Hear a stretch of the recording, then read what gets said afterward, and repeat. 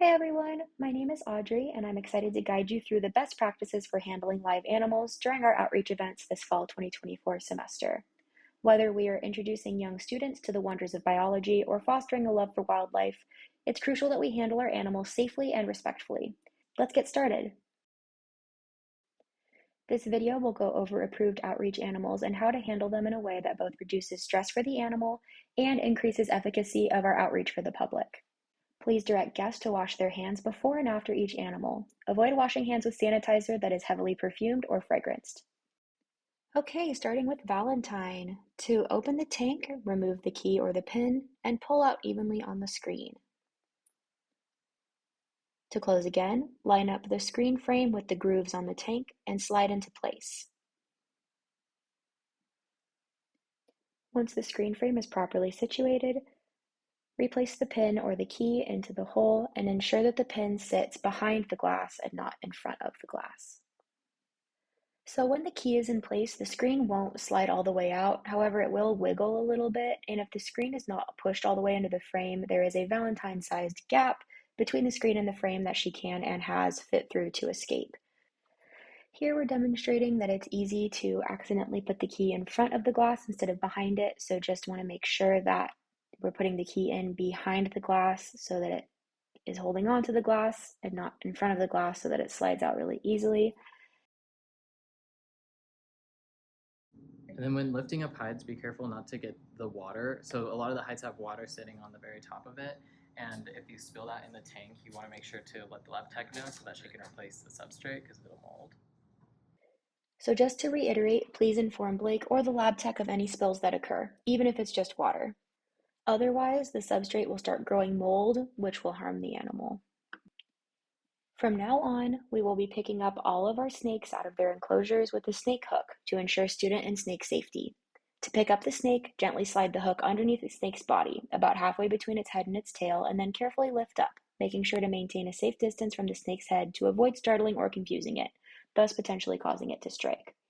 All our snakes are used to being handled and are pretty friendly, but don't see particularly well, so it's easy to sometimes mistake a finger or a hand for their prey. So if she's moving super quick or trying to get away in any sort of way, it may indicate that she needs a break. And then in that case, just let her be. Breaks should be given regularly though throughout the day. Signs for stress could be hiding head when handled and very quick movements. Right now she seems pretty chill. Have them do a 2-finger touch in the direction of her upper scales, like this. You want to avoid people getting in her face, touching her face, putting their face in her face, just because it can be stressful for the animal.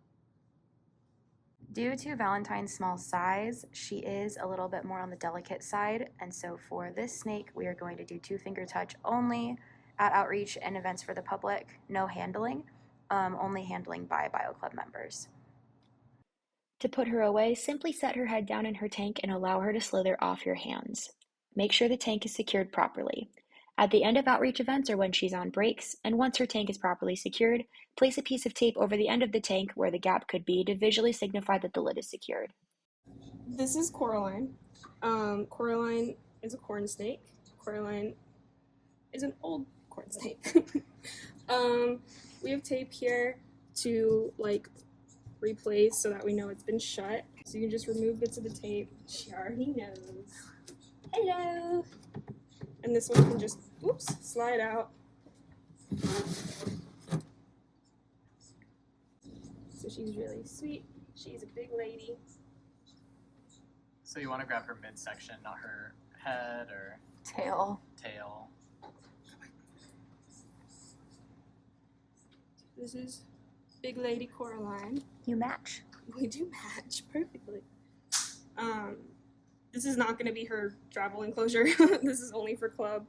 But, same general rules apply with Coraline as it does to Valentine. But the difference is that her and Games, the Blake snake, are able to be held by other people. But if they're not comfortable, you can still do the 2-finger touch, avoiding their head and in the direction of their scales. Breaks should be given regularly, and signs for stress can include hiding the head when handled in really quick movements. So these are our leopard geckos named Spot and Dot, and to open their tank you simply remove the tape and slide the screen out from the grooves on the tank. They generally are in this large rock hide that you see at the front of their tank here, and it is magnetic. It has two halves to it, and the front of it pulls off and the back of it pulls off very easily, like I said, with magnets. And as you can see, they are both hanging out in there on either story. This one I like to call Dot because he has less dots, and this is Spot because they have more spots. Usually Spot is more okay with being handled. Dot will be a little bit more upset. So in the past, Spot is who I've taken out. If they're tucked in like this, I usually kind of coax them out by like tapping their back legs, just like we do with the spiders. If they start getting nippy, then they're off business and they're not going to. Or kind of just reaching under their belly. So signs for stress to look for with these, and when you know they'll need a break either before or after handling them, will be quick movements, tail wagging, well they'll move their tail like that, and nipping or hissing. I know it's really rare that they do, but they do. So what I like to tell kids when handling the geckos is book hands like this, because that's how you get the most surface area if you're going to hold them. And if they start running or looking like, or doing the tail wag behavior, then you know it's time to go back inside. And The licking is so cute. depending on how old the kid is, then they'll be fine. If, like, say Spot was walking, you kind of do a treadmill of hands. You can teach them that as well. But Spot's really chill right now. Yes,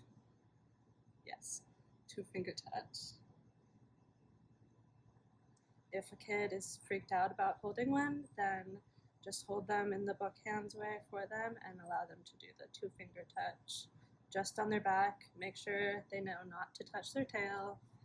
Tell them about their tail. Why it looks like that is because they have nutrients in there, so they can go a long time without eating. Some kids like to know that they eat their own shed for nutrients and to show that, like, they're not leaving a trace. Kids like that fact. And yeah. Yes, over the table. Hold them over the table because, and if you are putting them fully in the kids' hands, then keep your hands under their hands. Be sitting on the floor with them or on the same side of the table with them.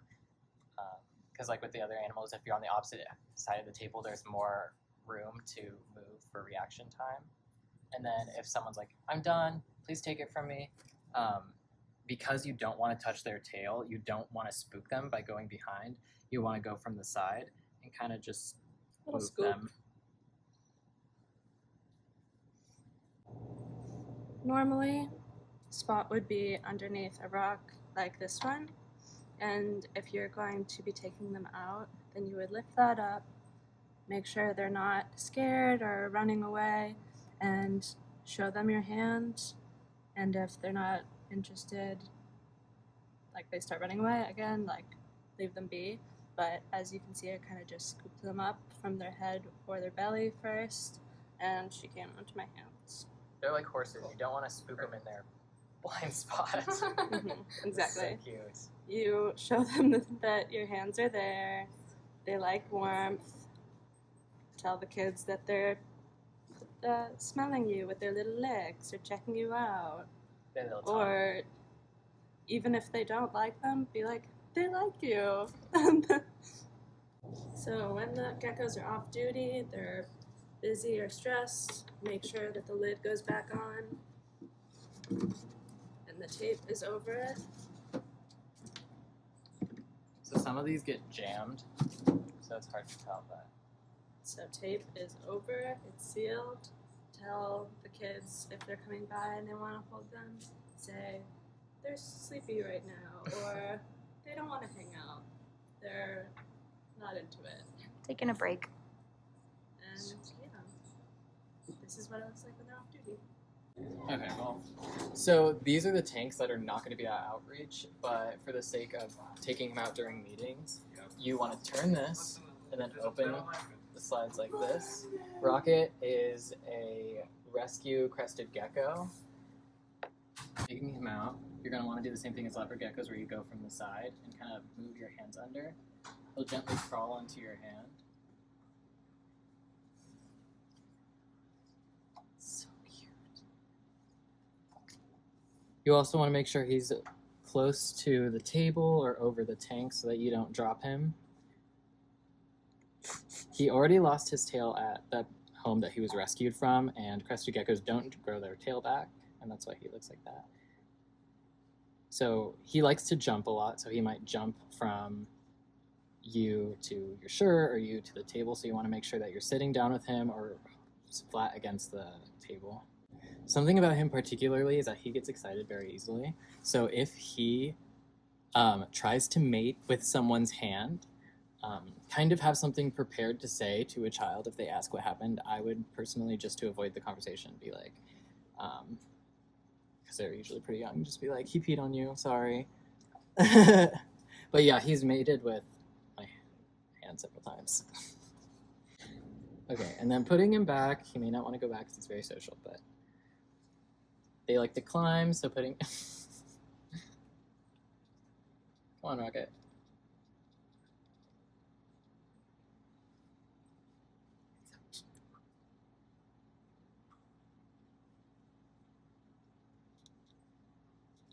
Putting him back on his little...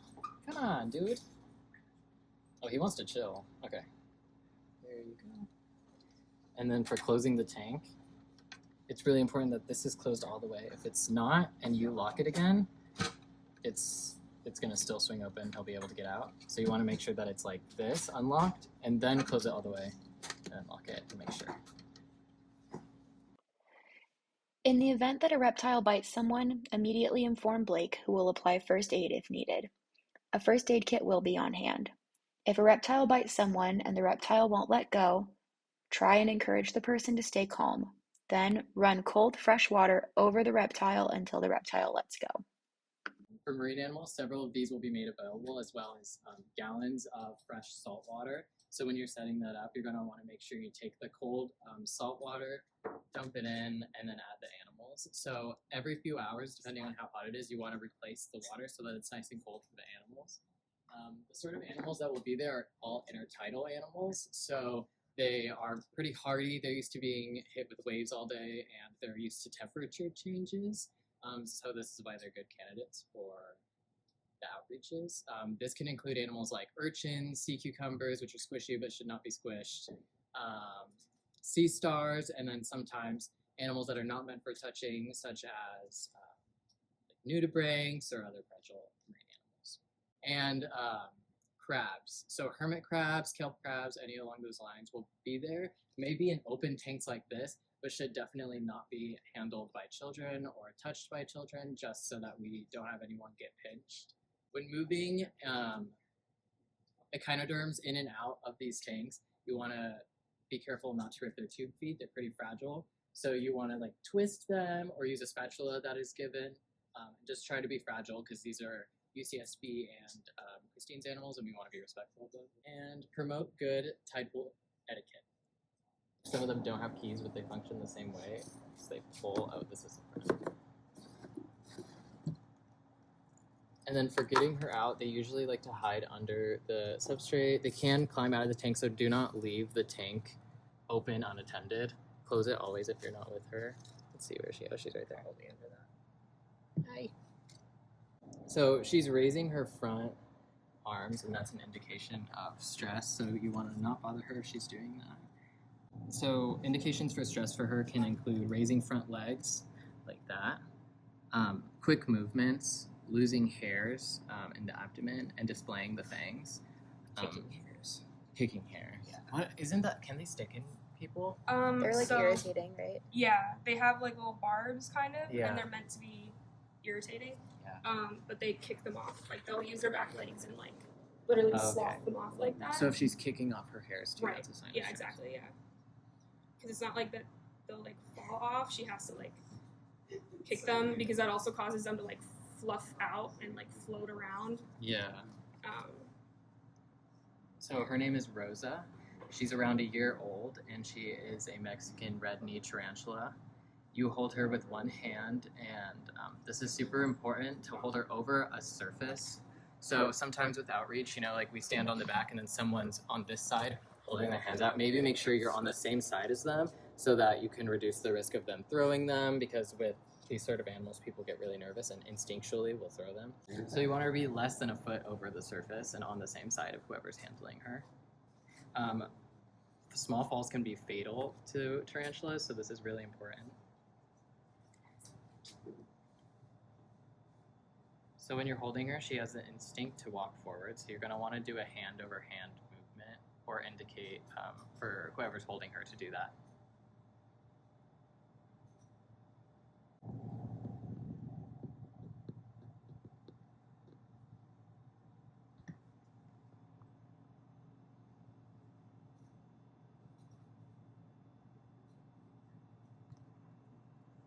So if she's on someone's hand like this and they are saying that they're ready for her to go, but she's not walking forward, you can gently guide her in the direction she needs to go and then move her on into the next person. And how do you guide her, Mello? Maybe you want to do it now. It's like gently tapping her back legs, right? Yeah. So if you put your hand behind her back legs and slowly, just really gently move her onto your hand, because you don't want anyone holding her for longer than they're comfortable to risk them throwing her or dropping her or anything like that. Go on.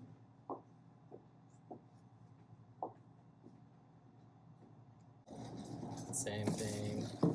No key for some of these, but just really making sure that it's closed. Usually there will be tape, so tape it closed when you're done. These are the Madagascar hissing cockroaches as well as the Death's head. death's head cockroaches. They're just in a normal tank. There's no pins or anything. They can't climb up glass. Still obviously leave the thing over top. So you just take it off just like that. And in here we have a whole bunch of them. They really love hiding in, except for that one, inside of their bamboo. Or in the other places.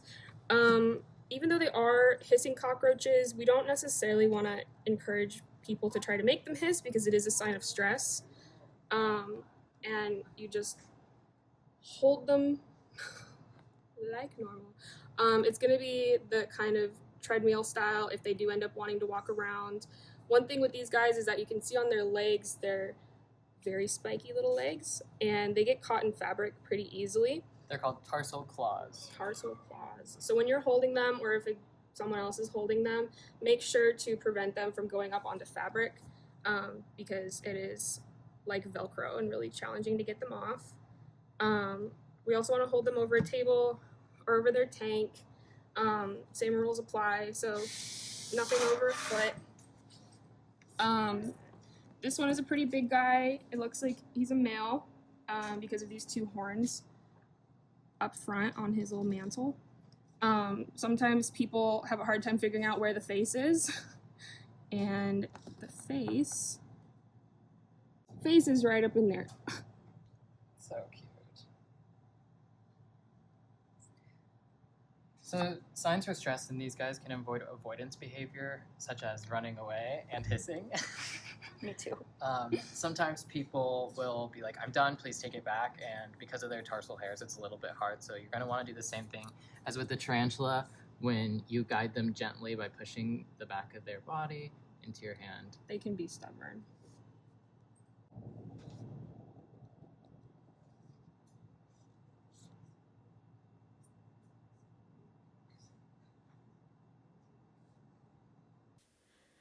So for the museum specimens, many of our specimens are not replaceable, so use care and caution when handling them. Damaged or broken items should be given directly to Blake or to the lab tech for fixing. Only the museum specimens with a yellow dot sticker are approved for outreach events.